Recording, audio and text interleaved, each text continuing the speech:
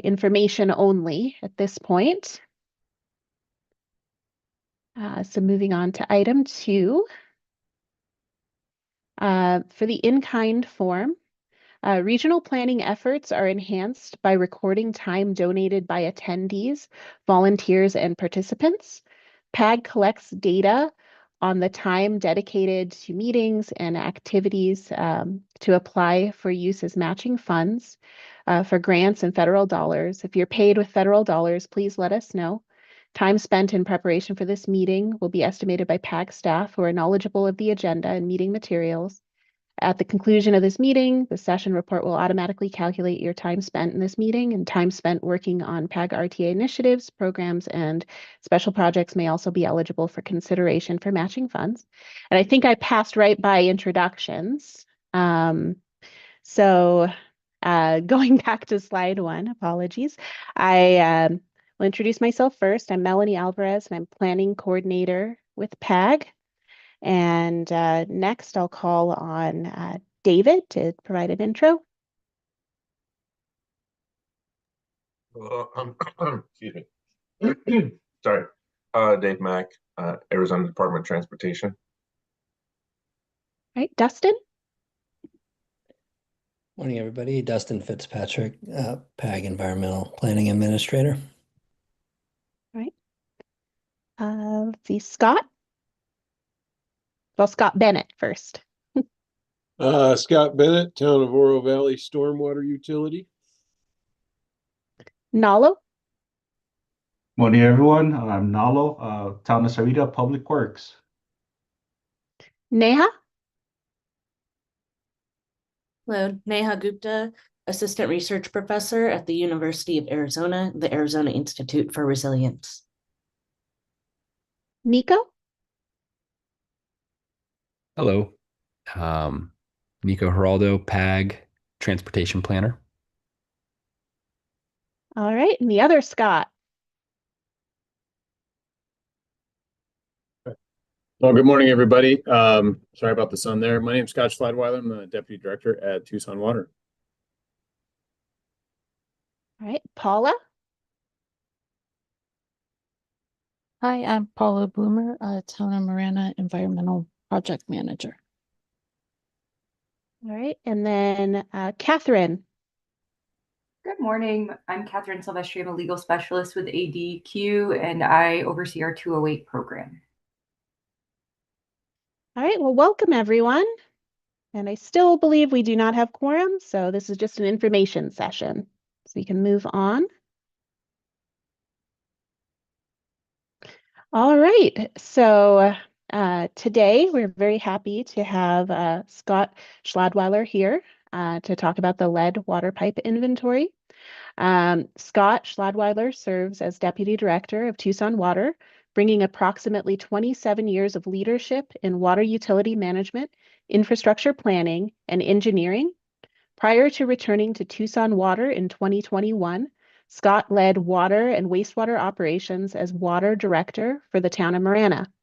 His expertise spans capital project delivery, regulatory compliance, and advancing sustainable water solution for Arizona communities. Scott is a registered professional engineer in ADEQ, or an ADEQ certified water system operator, and holds a Bachelor and Master of Science in Civil Engineering from the University of Arizona. Bear down! All right, so turning it over to you, Scott. All right. Thank you, Melanie. Appreciate it. Good morning, everybody. So today I'm just going to give you a very high-level overview of the lead and copper rule revision that Tucson Water is working on. This is an EPA-mandated program, so this is not something we're doing by choice, even though we've done some of that in the past. This is something that every water utility in the country is required to do. Next slide.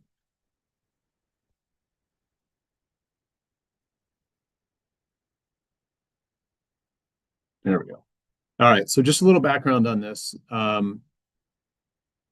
Lead service lines were very, very common right around the turn of the century, and they were used throughout the country. The good news is they were not prominently used in Tucson.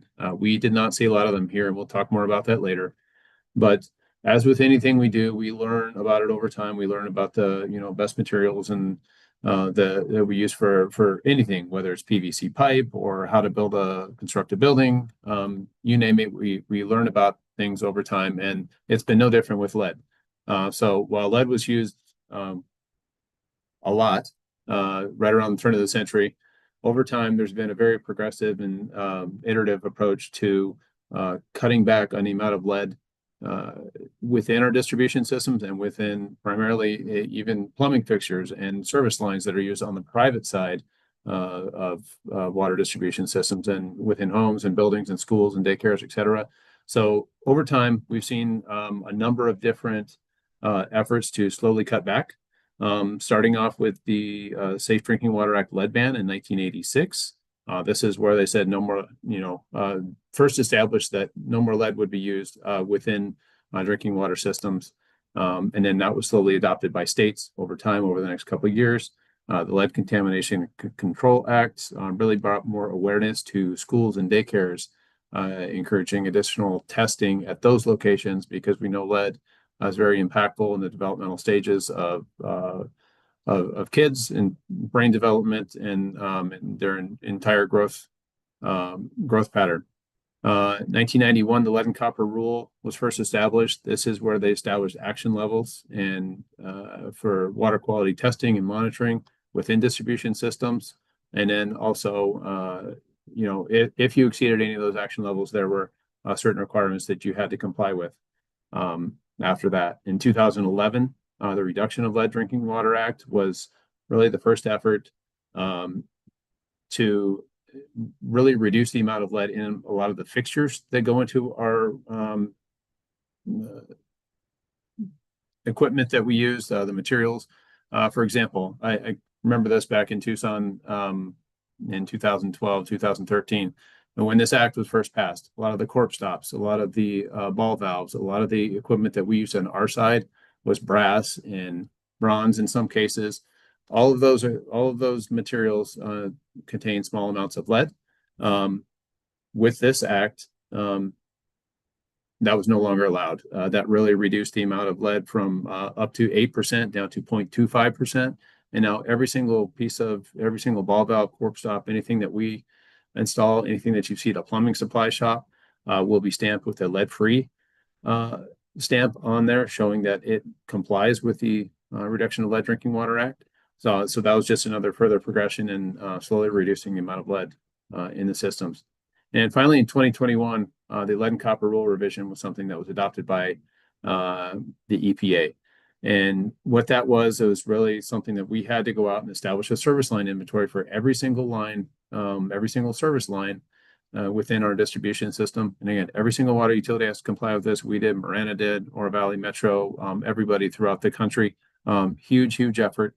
And this was identifying both the private service line, so everything on the customer side, and on the public side, so what we actually own and maintain. So huge effort, very laborious in many ways, going back, looking at records, physically looking for information. And then there is also what is forthcoming and was actually approved by the EPA last year is the lead and copper rule improvements, which is yet another iteration, which will continue to tighten up the requirements on that in terms of reducing the action levels, increasing sampling requirements, things like that. Arizona has not yet adopted that, but it was approved by the EPA, so we'll probably see that sometime within the next couple of years. Next slide.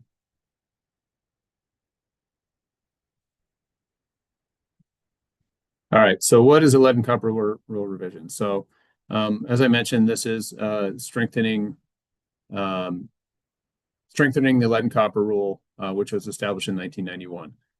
The main focus of this was really to protect children and communities that are at high risk. So there's an increased focus on sampling really at daycares, at schools. This is something that wasn't required before. We were required to look at high risk areas, which is what we do now. But now there are minimum requirements for us to go out and test at schools and at daycare and medical facilities. So part of this is also increasing the transparency and providing more information to the public on this, which we already do. But But the biggest task, again, is the lead service line inventory. And that is where at Tucson, for example, with over 250,000 connections to our service line or to our distribution system, that's a lot of information to collect. And we have stuff dating back from close to the turn of the century up until, yesterday. So a lot of that information is hard to come by, and some of it is very easy to come by.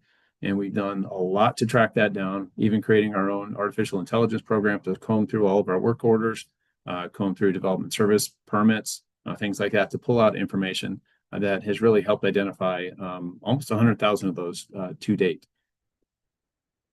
Next slide.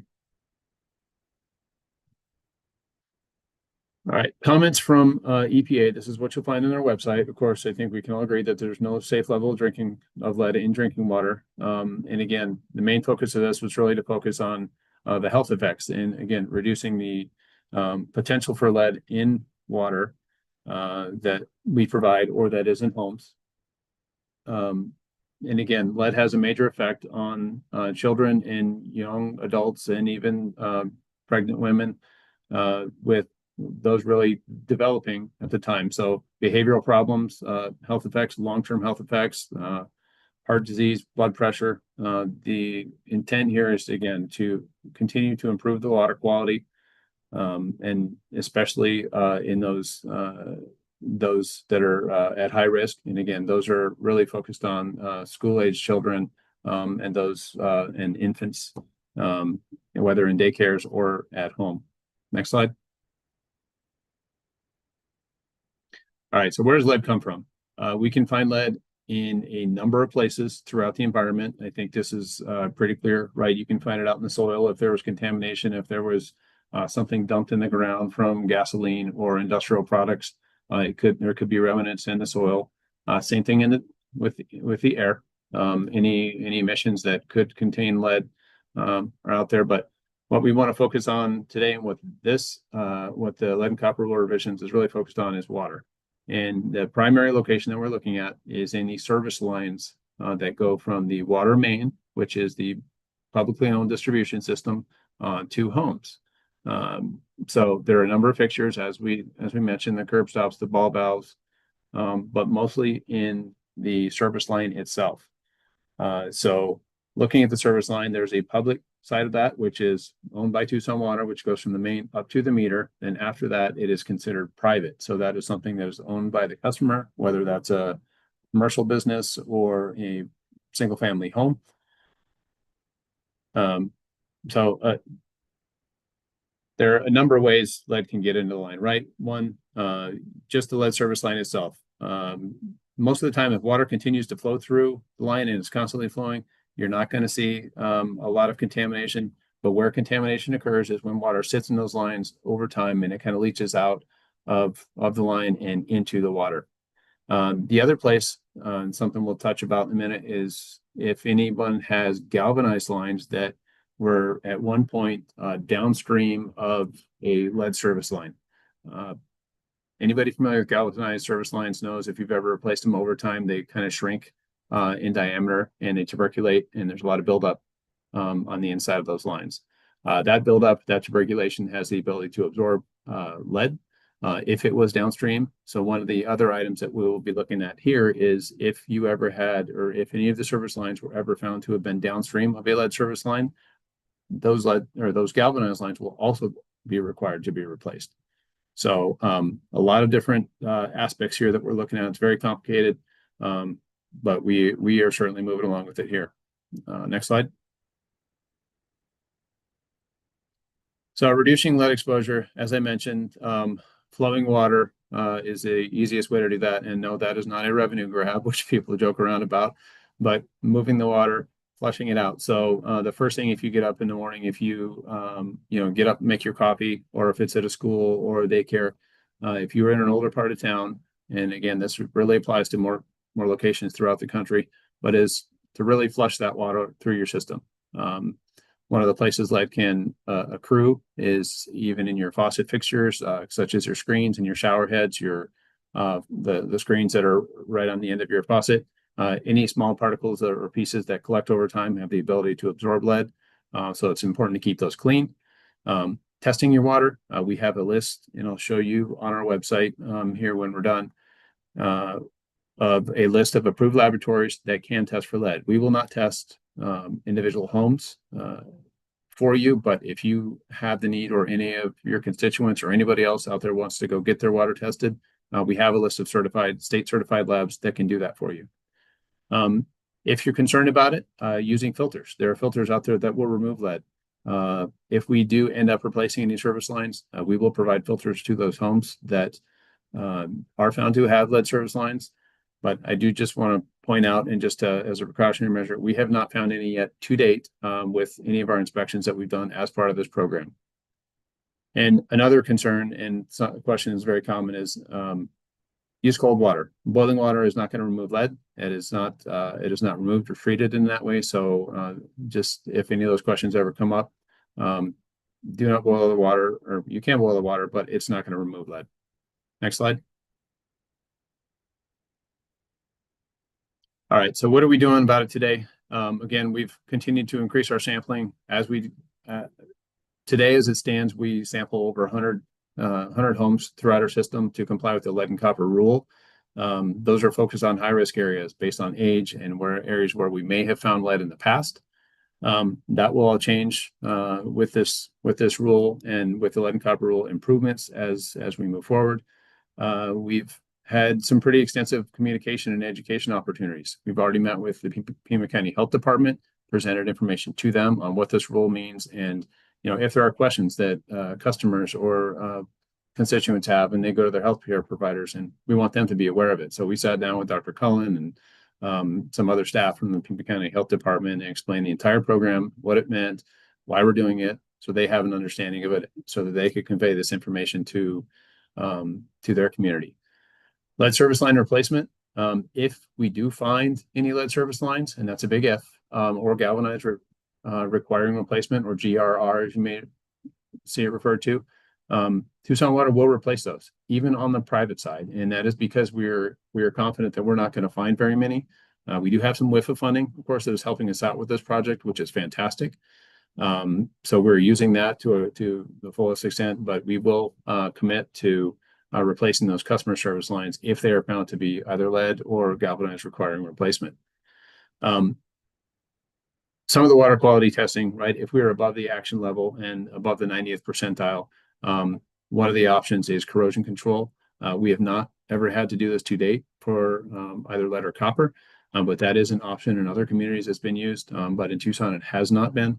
And of course, continuing to provide water quality reports. Everything we have is online. We even have a water quality dashboard that has some information, pH, TDS, very common information that a lot of folks ask day in and day out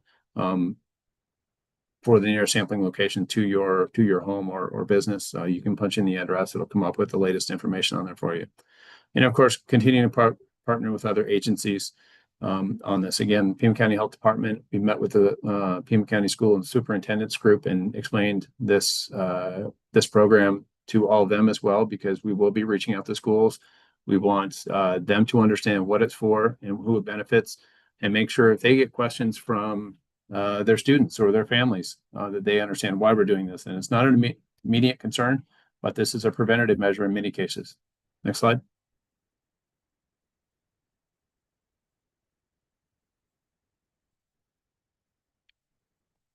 So one thing that is very important to know is the water that we provide to your homes and businesses, it is lead-free right now. So everything that we pull out of the ground, everything that we recover, everything we deliver to homes is lead-free. So we are confident in that. We do over 8,000 samples every single year. We have our own state certified lab that we do all of this work. But the water that we provide to your meter, to your business, to your home is lead-free. So where this contamination occurs is typically, or where it would occur, is in the service lines or any of the fixtures that you may have in your homes or businesses. Less than 1% of Tucson water service lines contain lead. We did our own Get the Lead Out program between 2016 and 2019, where we proactively went out, looked at some potential areas, mostly right around the downtown area and the U of A area, where we knew there were some older homes that were built quite some time ago. We did find some lead. We removed about 142 lead service lines at that time. I think we inspected over between 500 and 600 different locations. So we removed all those. We replaced all those. This is exactly what we're going to be doing here, but that was done years ago. So again, we've been very proactive about this, but the important thing to know is that the water that we provide to date is lead-free. And just when we talk about other communities, and you see this throughout the country, there are locations where there are tens of thousands of lead service lines still in place. Denver, Philadelphia, Chicago, they're investing tens and tens of millions of dollars into replacing service lines that are still lead today. That's not the case in Tucson. So we just want to make that clear. So lead was not a prominent material used in service lines. Yes, we have a lot of galvanized. We're slowly replacing those over time. But copper and PVC and other materials were very common. But lead was used very sparingly in Tucson. So we do not anticipate finding many more, if any more. So that is the great news for us. I've talked to many other providers across the country at different conferences and events, and they have entire teams dedicated to this. It is crazy when you go to Chicago. There are literally hundreds of thousands of lines out there that are still lead today. So Tucson is in a very good place, water quality wise, and we're very fortunate to be in that position. Next slide. All right, so what are we doing today? Again, we're out there identifying service line materials. We have teams that are out there doing it right now. We're doing it in a couple different ways. One, what we call a tier 1 investigation, where we just get a visual on the service lines, looking in the meter box, looking at the lines where they're exposed as they enter the homes. There are certain requirements that we have to meet for the standard. For example, we have to get 2 points of visual inspection on the customer side. If we can't identify anything visually, then we have to go to what we're calling a tier 2 investigation, where we do have to pothole to help identify those materials. And then there's a series of tests that we can look at to help identify that and confirm that, scratch tests, things like that. We will be doing increased water sampling throughout the community.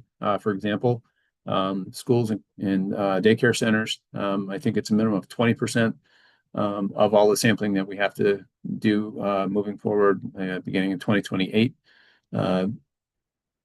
Will have to be done at schools and daycare centers. That was not a requirement before, but again, this is something moving towards LCRR and LCRI, where they are stepping up and really making that focus on schools and daycares and those in the developmental stages.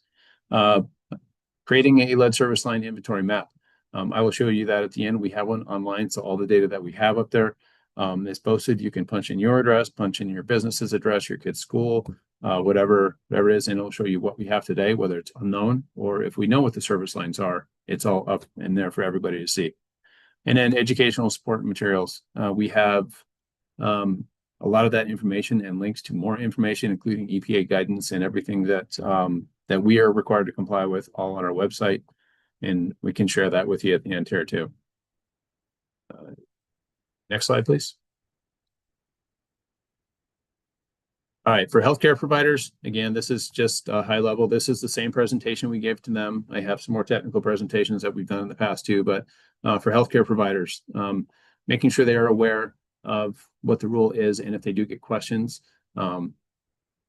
where they can get information on our sampling results. We're happy to share that with anybody and everybody, and that will be posted as we obtain them.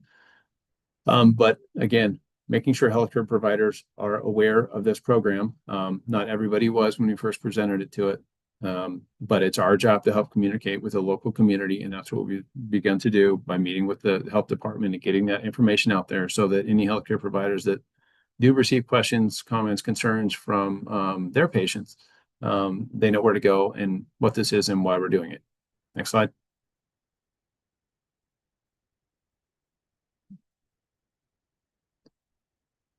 And again, just how can they help?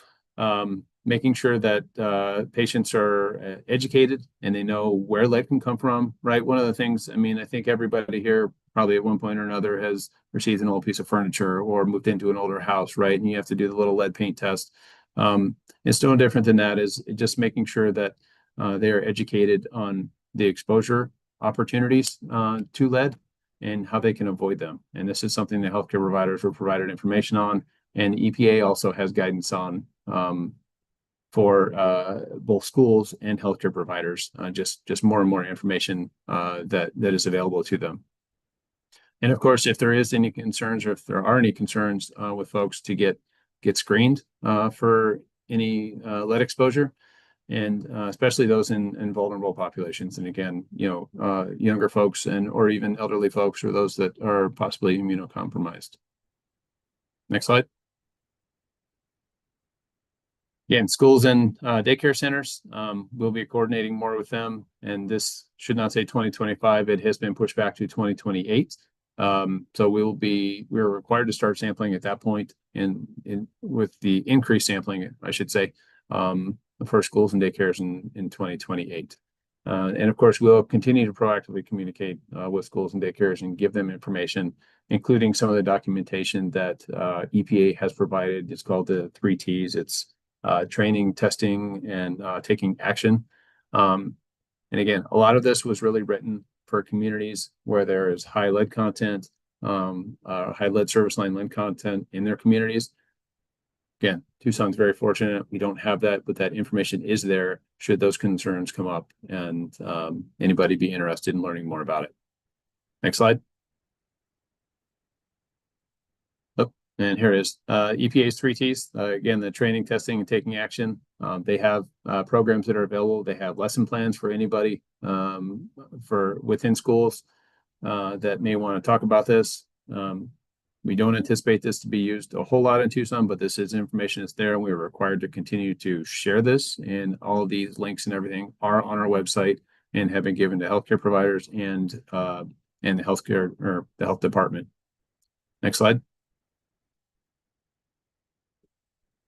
So what is going to happen? You as customers, if you're a City of Tucson customer, when we come out to investigate your home, you will be notified ahead of time. We're not going to come out and pothole on your property without telling you.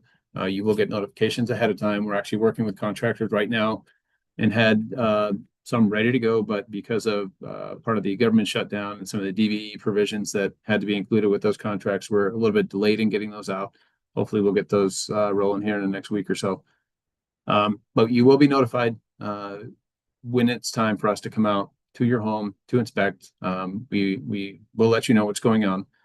We do ask that you guys allow staff and or our contractors onto your property to do this. We will restore everything back into its in-kind condition. And again, this is to your benefit. So that's why we want to really make sure that you guys are on board with this. And if there's any questions, feel free to reach out. We'll also get you back the information so you know what service lines you have. They'll be posted on the flyers in the door hangers that are being used. Once we find out what they are, if it's unknown, we'll let you know if it's unknown, and then we're going to have to come back and pothole it. If we find out that it's copper or PVC, we'll put that down. If, for example, you do have a galvanized requiring replacement, or something that will replace it to be serviced, we will provide filters for you at that time, especially during construction. One of the things that is of concern is when those lines are disturbed or vibrated, or somebody starts cutting into them, knocking some of that material loose in the old galvanized lines, and then it can end up in your fixture filters or your screens, where then you could be potentially exposed to it. So we will provide filters if that is the case. And then again, I mentioned we're going to replace service lines where it's required. We're not going to do this just because you need a new service line and you want to move it around. But if you have either a lead service line or galvanized requiring replacement, Tucson is going to do that for its customers. So we're very excited about that. And again, that is which, with much gratitude to WIFA for supporting this effort on our part. Next slide.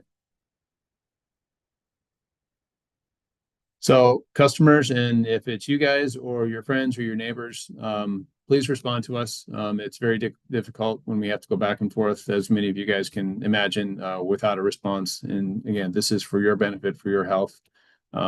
So if you get a request from Tucson, whether it's by phone, mail, door hangers, please reach back out to us. We want to make sure that your service lines are accessible.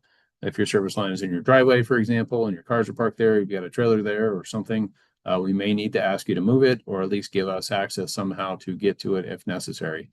And then also, if you guys have, or anybody, a lot of times on this private side, we as Tucson Water don't see that if the service lines are replaced.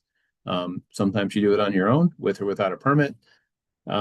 So those documents may or may not be with development services where we can get to them. So any information like that is super helpful, that we can show that, hey, this line was replaced in whatever date.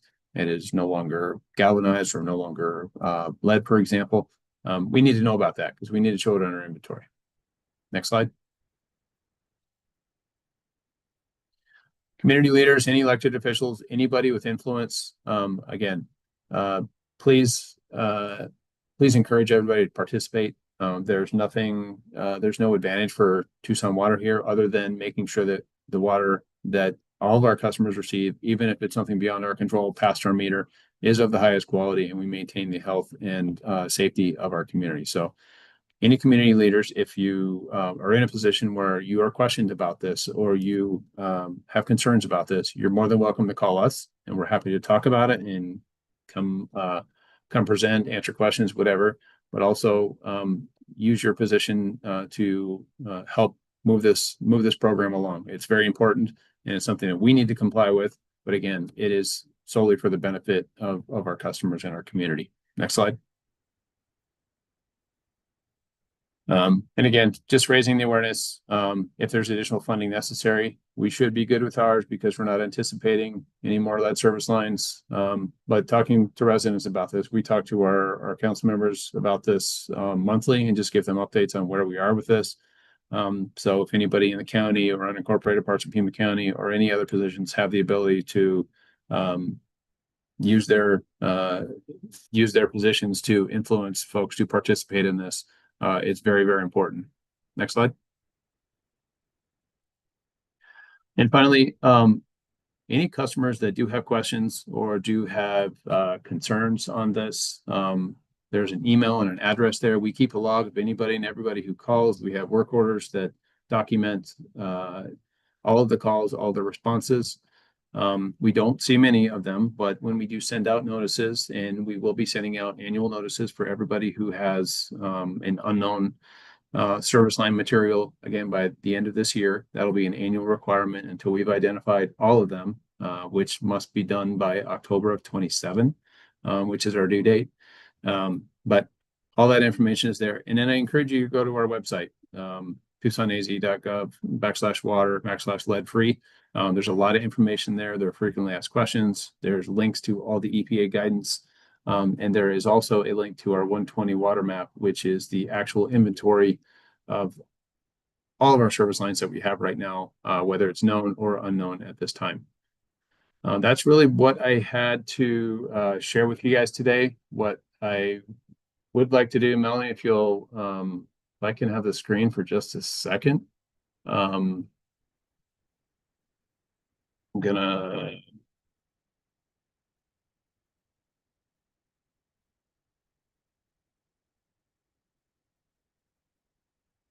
All right, I'm hoping you guys can see this. All right, can you guys see that map? Yeah. Yes. All right, perfect. So this is it's called 120 water. This is the information that we provide, the inventories we provide go up and are evaluated and approved, and all the data is reviewed by DEQ before this was uploaded, and we'll continuously upload this with information as we receive it. But this is just an example of what you would see, and I just punched in the address 201 North Stone, for example. So in this case, we don't know what the material is on the public side right now, but we have verified that the private side is non-lead. So it's something other than lead or galvanized. So we have 50% of the answers there, but as you can see, it's kind of hit or miss throughout based on some of the data that's available, and depending on where you are in the communities that are out there, newer communities, we were able to kind of cross off the list. If it was built after a certain date, we know that all the material is non-lead and we can kind of clear those. But some of the older parts of town, especially here in downtown around the U of A, some of the older neighborhoods, we do have to still go out and do quite a bit more effort to research and eventually pothole. So when you see these question marks, that's still an unknown. But when you see the check marks, that's information we know. So to date, we still have about 140,000 unknowns that we have to go identify, and that is something that we're actively working on. And then this is just our lead and copper rule website. So I encourage you guys, if you have questions, a lot of information on here. These are the links to the maps that I just showed you. We have two systems right now. We have our Corona Day Tucson, which will soon be connected to the main system, and then our main system, which is the Central Tucson distribution system. But a lot of other information on here, tons of frequently asked questions. There are videos. This is one of our old videos from 2019, 2020, I think, with our Get the Lead Out program. And of course, we have links to all of the other required information from EPA and other informational such as Pima County Health Department, ADQ. So lots of information there, but as always, if you guys have questions, we are more than happy to talk about it, get everybody the information they need. And with that, Melanie, I will turn it back over to you unless there's any questions. All right. Thank you so much, Scott. Yeah, if anybody has any questions, feel free to. Oh, I see Dustin's hand up. Yeah, thanks, Melanie. Thanks, Scott, for all the information. Great presentation. You mentioned removing the lead pipes and galvanized, but I'm curious if you could speak briefly to that copper side of the lead and copper, if it's the solder joints, if it's the standard for copper leaching. I know there's a lot of copper pipes in existence, so are those any concern? And then what is the replacement material that's recommended for private lines now? Yeah, well, with the copper lines, just about everything that we put in now is copper. And the concern with that is corrosion over time. And historically, in some locations, there's been, it really comes down to pH control, honestly, on the water and water leaching out or copper leaching out. We haven't really had any problems or issues with that. It was just roped into the lead and copper rule when it was established in 1991. So one of the ways to combat that, if there was ever any issues, would be the corrosion control or pH control. And again, we are very fortunate with our water supply and the groundwater supply that we have, that we haven't had any issues with that. And all the water quality reporting that you can see online with our annual reports will show that. Again, that's over time that it was historically in some locations, depending on the water source, that copper could leach out of the copper service lines. When we look at replacing lines, a lot of what we do put in is copper today. We do not use lead flux or anything anymore. That, of course, was something that was used in the past, and if that was ever identified, those are things, if it does show in the water quality testing, where we could eventually replace those service lines if the water quality does come back showing need a replacement. Great, thanks.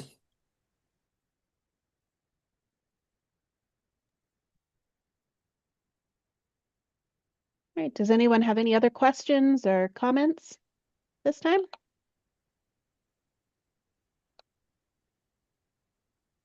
All right. If not, then we can move on to the next one. And I do want to note, it appears that we had a few other people join during the presentation, so we do have quorum now of the Watershed Planning Subcommittee. So moving on to item number 4, we have a presentation on stormwater recharge for water reliability. So Dr. Neha Gupta is an assistant research professor with the Arizona Institute for Resilience and an affiliate faculty member with the Department of Hydrology and Atmospheric Sciences at the University of Arizona. Her work focuses on urban hydrology, green stormwater infrastructure, and interdisciplinary approaches to linking hydrology, water resources management, and stakeholder engagement. She has been a longtime member of SURGE, formerly the LID Working Group, as well as other collaborative networks, including the Arizona Cross Watershed Network. So thank you, Neha, and I will pass it on to you. Thanks, Melanie. And I'm going to go ahead and note to our audience that this presentation is a presentation I had delivered to Surge about a month ago, and it's about 30 minutes long at a pretty good clip. So I'm going to go through a lot of information. Really what I'm presenting to you today are a number of different studies. You can consider it almost like a sampler. Each study that I'll be presenting is kind of worthy of its own deep dive and full presentation. So we're about to go through a lot of information, primarily developed through the Arizona Tri-University Recharge and Water Reliability Project, as well as a few other research projects related to this topic. The Tri-University Project is a really big team, and we always like to note and acknowledge our original PI, Dr. Tom Meixner. So as I mentioned, we have a big team. This slide is actually outdated. We have an even bigger team now. Our team is composed of over 30 researchers from our 3 state universities, so ASU, U of A, and NAU, Northern Arizona University. And the goal of this project is working especially with ADWR, the Department of Water Resources, as they're thinking about how to manage groundwater across the state, and which are in different states of decline or overdraft. Recharge is a big consideration, but we also know that recharge is expected to change for a number of reasons, including future climate conditions.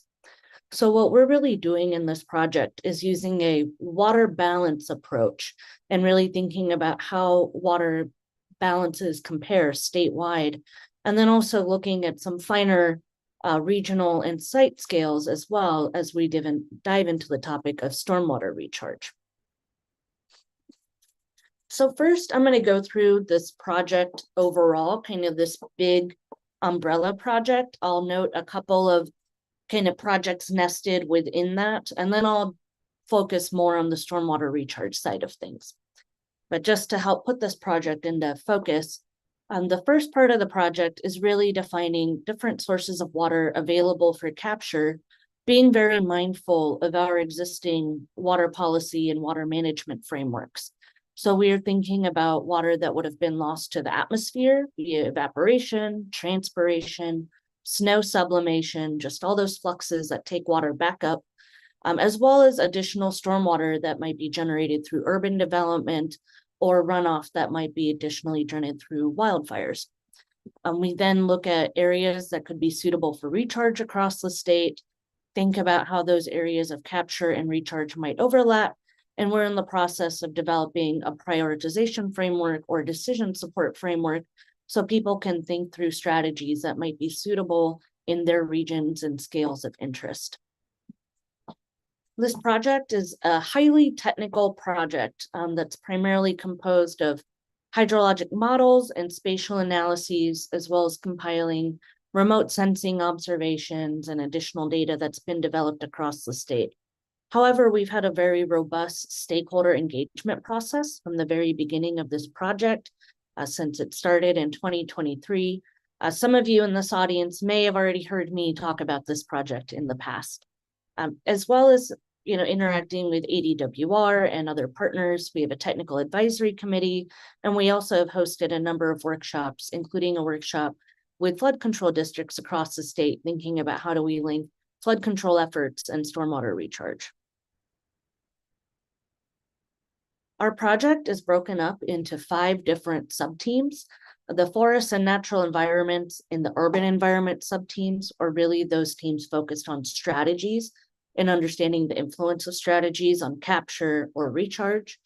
We have a hydroclimate team that's been developing statewide water balances using a series of hydroclimate and land surface models. And then we also have a recharge enhancements and alterations team, thinking about basically from the ground surface on down. And then we have a stakeholder and partner engagement team that helps knit our work together across the project and keeps us knitted together with stakeholders outside of our project throughout the state as well. So now I'm going to get into some examples of what some of our work looks like. One thing I should have mentioned is that this is a 3.5-year project. We are almost at the end of year 3, so we're getting close to the final year of this project. So as we develop what we're calling natural hydrologic cycle water balances, not to be confused with, groundwater budgets. We're looking at things like precipitation monthly across the last 42 years from 1980 to 2022. A large portion of our precipitation is lost to evapotranspiration. Over 95% of our rainfall that falls across the state is lost to evapotranspiration, which is pretty surprising. I can explain that a little bit later as well. That's usually one of the first questions I get. Some of that water is also partitioned into surface runoff, and a very small portion of that water ultimately becomes recharge and is highly affected by topography. So as I mentioned, we're developing these maps of hydrologic fluxes. We're also summarizing them by groundwater basins and Huck 8 watersheds across the state so that you can kind of get a snapshot of what things look like across the state. We're also doing a few other, well, we have many other studies, but a few others that I want to just put in front of you to get a flavor for the project is we're developing a number of suitability analyses, linking strategies that aren't typically tied to recharge. So this study done by a postdoc at NAU named Brian Lima looked at how can we look at areas that could be suitable for forest thinning, especially in ponderosa pine forests, that can also be done over areas that are more suitable for recharge. So that forest thinning efforts for, forest health, wildfire protection can also benefit recharge.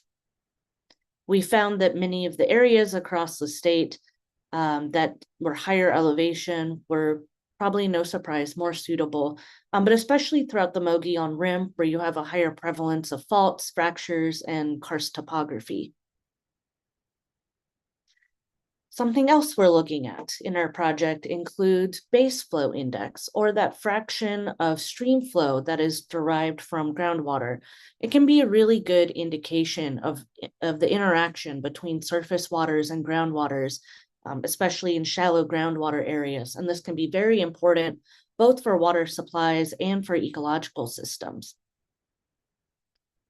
So we have a PhD student at NAU who's been working on developing a statewide base flow index using existing USGS gauges, but then also using machine learning techniques to extend that into ungauged basins across the state so that, again, we can get a better picture of what things look like across the state, given our high degree of variability in our landscapes and elevation. We have the basin and range, like where we are now.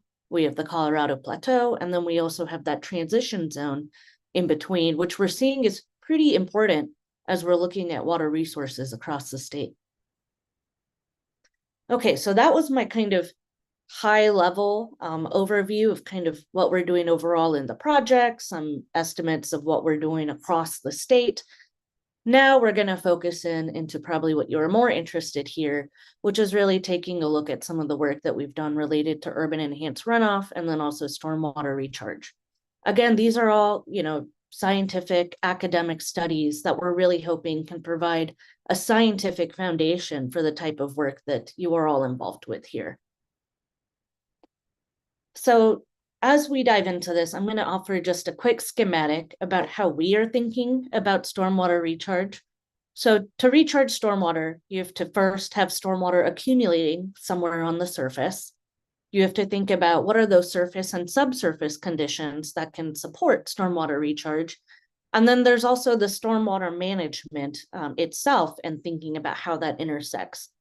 So some of the things that we're looking at are stormwater capture volumes by stormwater management features where stormwater might accumulate.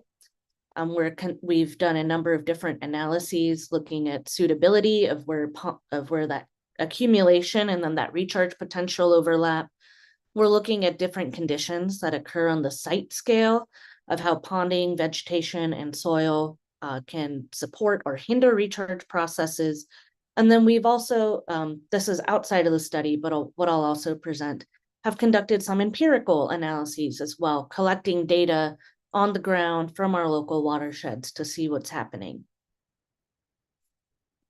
So most of this work is done within the urban subteam of the Tri-University project, which we call ATER for short because it's a mouthful.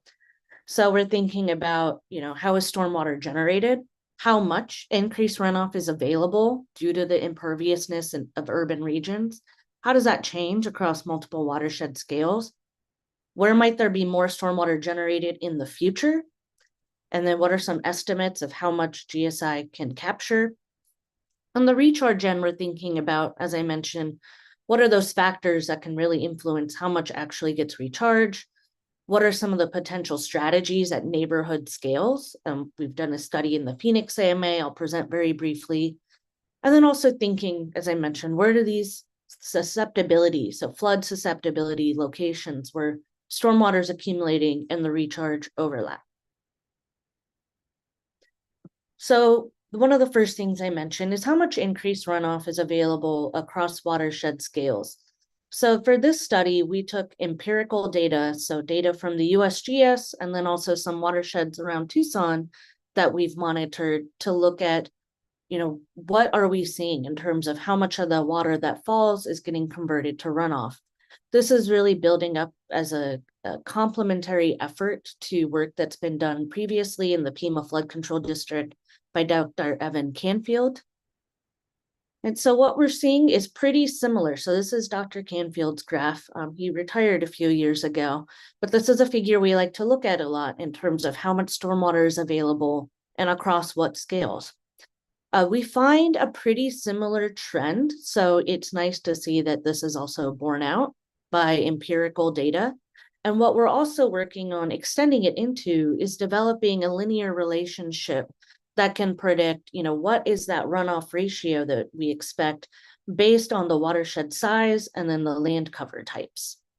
And this can be really helpful for then planning how much stormwater do we think is generated in addition to pre-development conditions, which can really support that water rights consideration of capturing stormwater.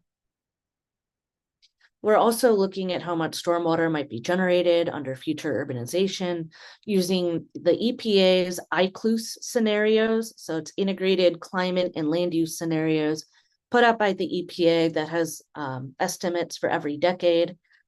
We like to show our workflows a lot. Like I mentioned, each one of these studies is its own study unto itself.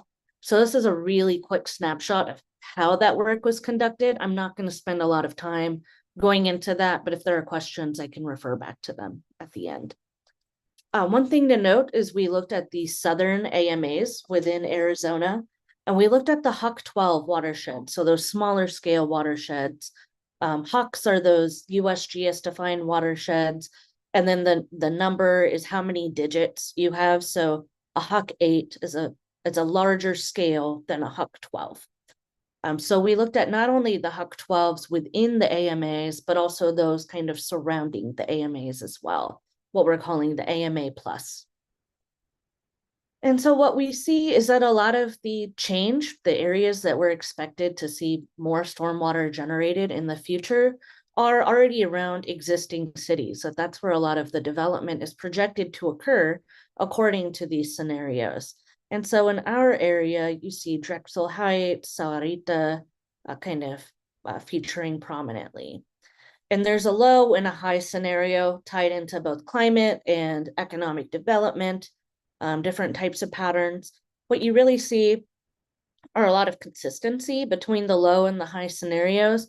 Just the higher scenarios have a greater degree of change. Some other studies we've done are estimating the amount of stormwater that may already be captured by dry wells and retention and detention ponds within the Phoenix AMA. This was a new workflow that our study leads developed for this using a GIS-based curve number technique. I'll spare the details. They also included climate scenarios and estimates of future development. I think the thing that's interesting for this group to take home is that due to the high degree of urbanization, the high degree of implementation of retention and detention ponds and dry wells within the Phoenix AMA, we see that there is a potential to capture over 100,000 acre feet per year from the 2010 to 2019 period that we looked at. And future projections show that there's additional increase of about 300 to 2,700 acre feet per year, more attributed to urbanization. The study was published earlier this year, and I'm also happy to provide a link to anyone who's interested. Some other things we've done, we're just going to keep on going down the sampler platter, is a suitability analysis, as I mentioned, of looking at where flooding areas overlap with areas of potential recharge. There is no statewide map of flood potential. So what we had to do was develop a new process of trying to estimate that, which we did using what we call stable topographic parameters. So things in the land surface that are not likely to change and have a clear signal to what is more likely to flood. That is another deep dive that I could go down, but for this, I'll just show that we developed a statewide flood potential layer, which we did not have previously. Here's some zooms of what it looks like in different places throughout the state. So here's the upper and lower San Pedro right here, the upper Salt, and then the lower Colorado River.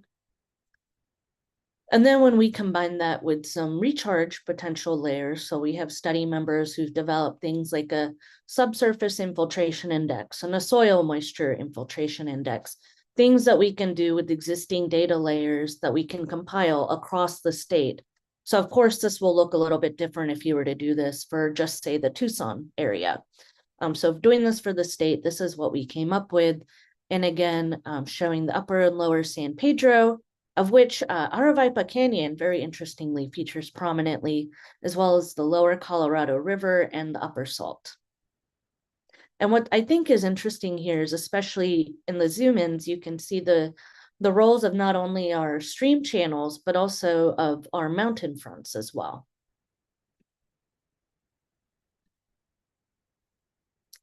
Then was that? Okay. So now I've been talking at some all across different scales.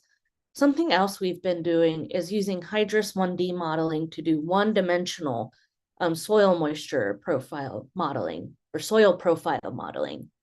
This helps you take a look at just really tweaking those parameters, those soil types, vegetation, to see what types of things really influence how much water can make it from the surface down past the root zone, which is what we're saying then turns into recharge potential. So what we also see in our region is that these high intensity rainfall events really dominate, and that to really drive recharge, we need pretty significant surface ponding. So we have a student, a master's student at the U of A, looking at what's that minimum ponding time to trigger effective potential recharge. So water from the soil that makes it past the root zone. And then how do all these different factors intersect? This was a simplified study just using kind of a uniform soil column. So, not accounting for different layers within the soil, or say our caliche layer that we see locally, just to help us understand these broader factors. So what we see is that, for one example, when you increase vegetation, you need increased ponding time to get that water down past the root zone. And that especially as you increase vegetation, this is the soil moisture triangle, that you will really mostly see that recharge occur in these high sand soils.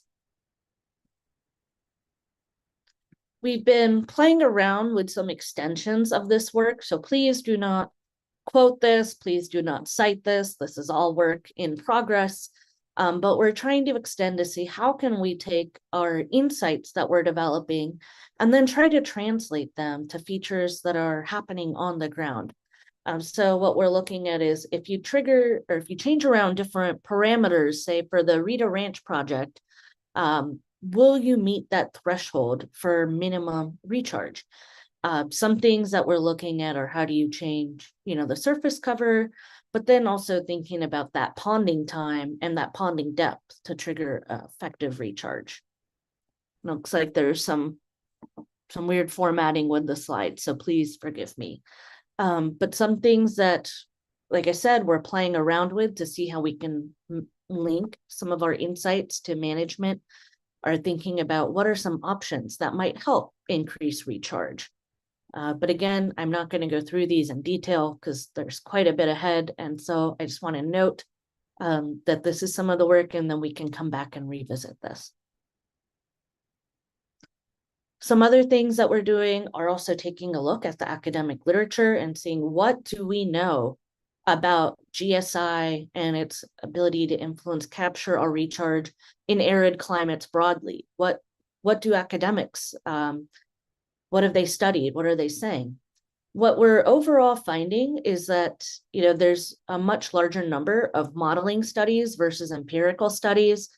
There's way less studies done in arid regions than in humid climates like the Eastern United States.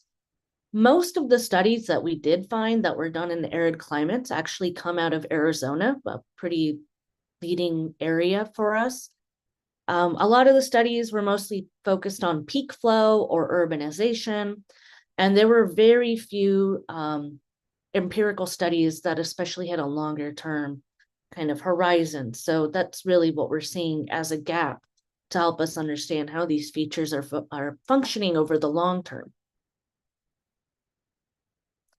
I mentioned that we had a flood control district workshop last year in March, understanding how we can link together flood control and recharge efforts. There was a lot of robust discussion at this. I think some people from Tucson Water participated as well. There are a lot of different drivers for linking flood control and recharge. There's also a lot of potential partnerships that can be developed. We heard some case studies from the San Pedro who've successfully implemented some projects along these lines, and really thinking about what are also those research gaps or obstacles to people trying to implement this, and what are the roles that we can play as the universities, or what are additional partnerships that we can help develop to make these, get these designed, implemented, and then also collect data on the back end to see how they're functioning and how we can better optimize them moving forward. Okay, so I'm going to get into some other research that's been done outside of the Tri-University project. As I mentioned, I'm going through a lot. I hope I don't make anyone's heads explode, and I'm very happy to answer questions after. But getting into some additional research that's been done, we have a student that recently graduated who developed some estimates of stormwater harvested in the stormwater parks managed by Pima County Flood Control. We're in the process of wrapping up our final report for Pima County Regional Flood Control. We've looked at data that they collected starting in about 2022, 2023, having a range of recording length and rainfall totals, but,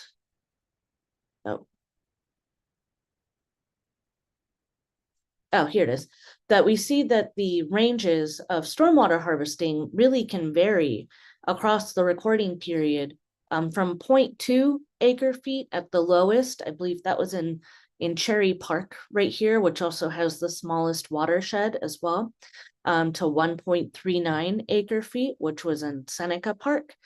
We also had some very large numbers. I think it was closer to 6 acre feet for Alvernon Wash as well, but that's a little bit different than your typical stormwater park. So I didn't want to lump all of those in together for this presentation. We've also done work looking at 2 watersheds located just north and just south of campus that have a pretty significant amount of green infrastructure installed. What we ended up finding, surprisingly, was the small street side features really do not account for much of the watershed area. So we're talking about 0.05 to 0.06%. So not 5%, but 0.05 of 1%. So even though you have a larger coverage of these features for what we see in neighborhoods, that collectively that area doesn't quite add up. So when we're looking at these differences between the Bronx Wash, which is a lined concrete lined channel, and the high school wash, which is primarily an unlined channel, we do see some pretty significant differences in volumes from upstream to downstream between the two that we really could not attribute to the street side GSI, but really see much more of a link to that unlined channel functioning as GSI itself. And in the winter and spring season, you see that from the upstream to the downstream is pretty much all negative volumes, meaning that in the winter season, you have less total area average volume making it to the downstream. So you're losing quite a bit of water through that channel, which is also an area that recharge may be occurring throughout the city. Okay, I just went through a lot. I know you guys have other things on your meeting and may have some questions as well. So I'll just wrap up with some kind of key insights. So as I mentioned, we have very high evapotranspiration rates in Arizona, over 95% across the state, and in some cases, almost 100%, particularly in southern Arizona. We have flood accumulations really driven by topography and land cover, probably no surprise there.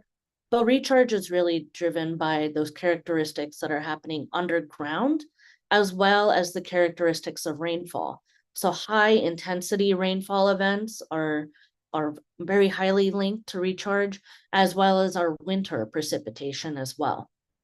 On the site scale, recharge is highly influenced by ponding times, especially the longer you pond.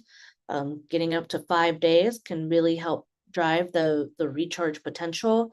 Vegetation type, plants that have deeper roots are often turning more of that water into evapotranspiration versus recharge, as well as soil properties. Anything with over 20% clay can really keep that water from going downhill. And we know that a lot of this is also limited by land access and availability. In terms of research needs, we really see the need for long-term empirical monitoring so that we can really see how things are functioning and how is that changing over time with different rainfall seasons and, very wet years to very dry years. And that we need to keep on developing alternative methods for how we conduct these urban studies, given that there's such a range of scales that are of interest here.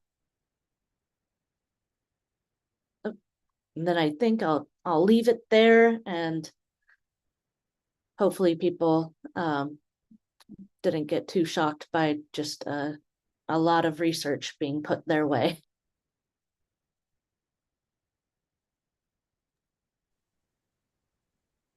All right, well, thank you so much, Neha. That was really informative. Really appreciate you coming out here today to present. So at this time, does anybody have any questions or comments that you have for Neha?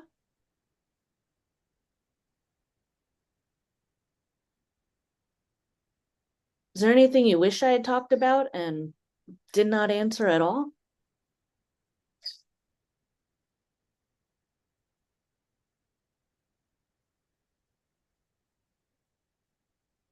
All right, well, hearing none, I guess we'll move on, but thank you again for your presentation.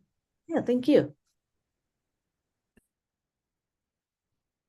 All right, so moving on to my presentation on area-wide water quality management plan updates. So I'll introduce myself again. My name is Melanie Alvarez, and I'm a planning coordinator with PAG. I joined PAG's Watershed planning team in 2010, and for 15 years, I worked closely with Mead Meyer Welburn until she left for an amazing opportunity at the Pima County Regional Flood Control District this summer. I was previously the lead for PAG's Stormwater Management Working Group and riparian health assessments. And I also took a major role in PAG's federally required 208 planning, which I'll be talking about today.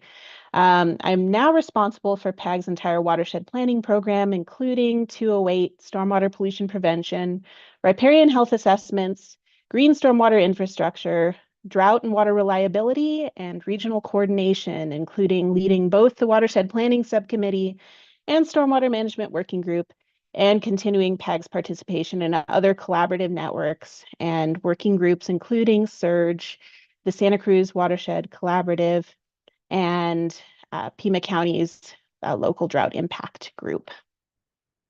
All right, so as I mentioned, this presentation will be focusing on our 208 plan and the 2025 technical updates. All right, so let's see if I can get this advanced to the next one.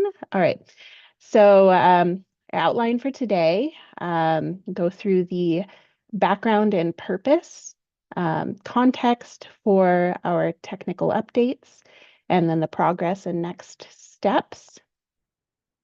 So first, a little bit of background on our program. So Section 208 of the Federal Clean Water Act requires that the governor of each state identify areas within the state with substantial water quality control issues and designate a single representative agency in each area to develop and implement a plan to address water quality issues.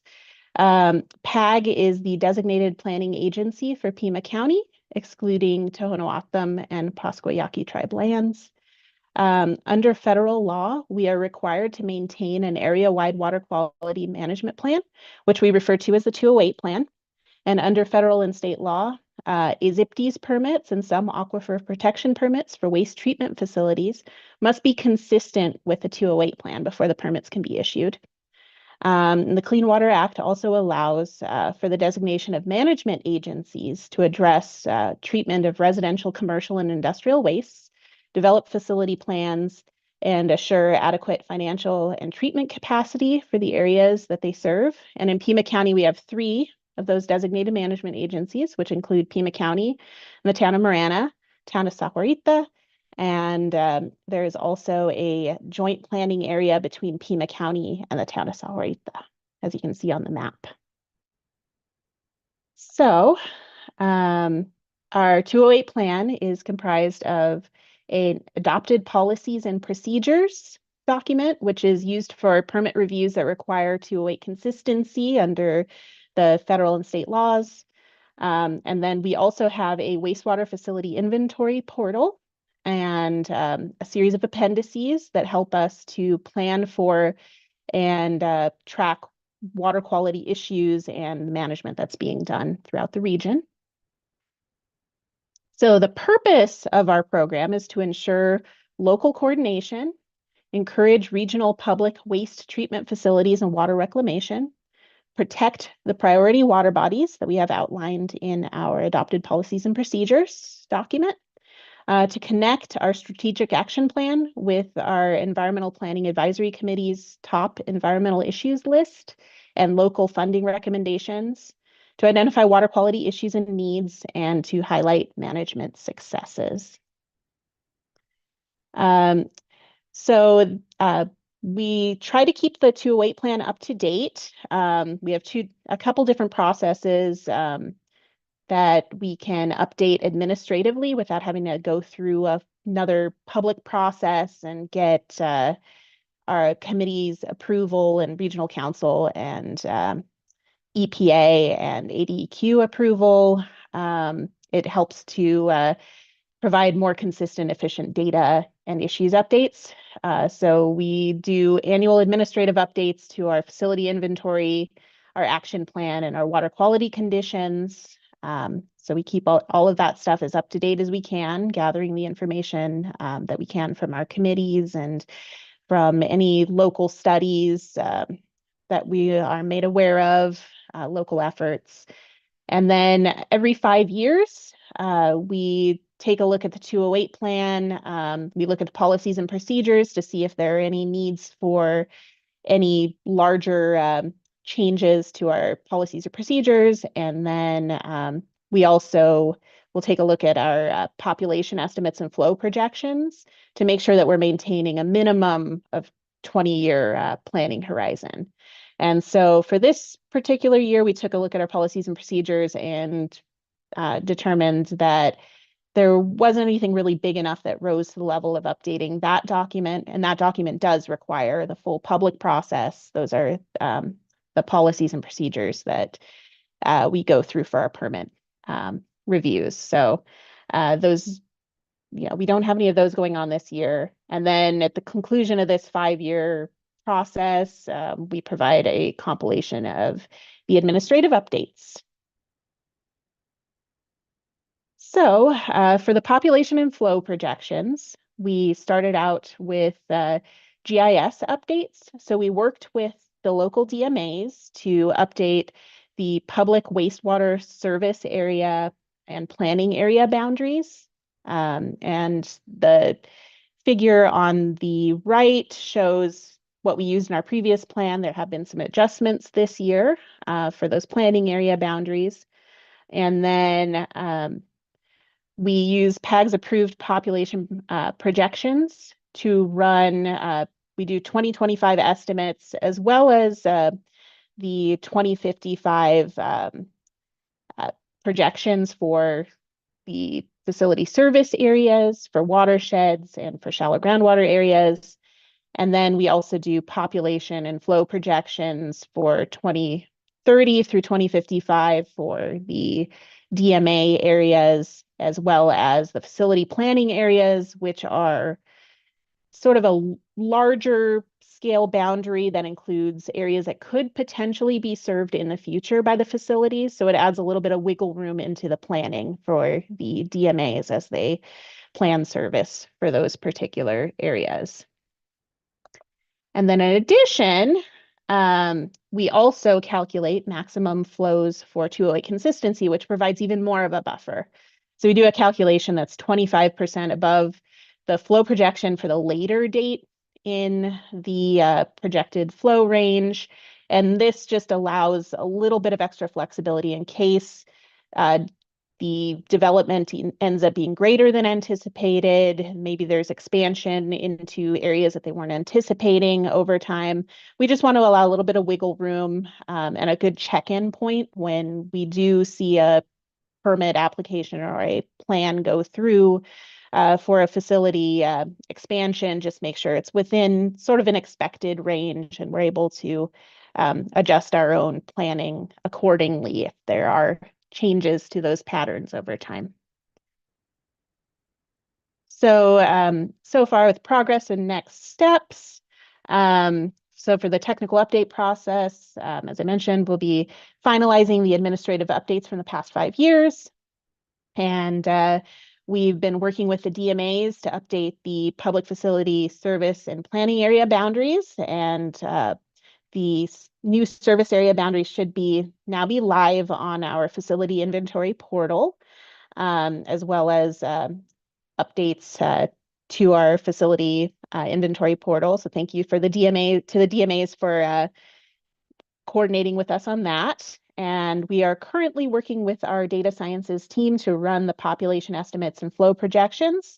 And once that's complete, we will review those with the DMAs just to make sure everything looks good, and then incorporate those into our appendices to finalize and send forward for review or for approval. And then this is our notice to WPS today. So that's for that one. And then we already held coordination meetings directly with the DMAs. We can check in more once those population projections come through. And just a reminder that the technical updates do not require PAG Regional Council, ADEQ, or EPA approval. So it's a lot easier for us to go through that process. We still try to keep everybody involved as we go. And then as soon as everything is updated and approved, we will share a 5-year compilation of updates with our committees. All right, so here we have some contact information for our 208 program. If you have any questions, have any updates on water quality conditions or efforts that you'd like us to incorporate into future updates, you're welcome to send them to us, that email address. And then we also have copies of all of the current 208 plan documents, resources. We have a consistency review form and some story maps that are really helpful for walking you through just the background on the 208 program, as well as if you're looking to apply for an AZIPTES permit or an APP, you can use our, we have a sort of an interactive story map that walks you through that process to kind of see if something might be triggered in your application. So with that, I'll wrap up. Does anybody have any questions, any comments?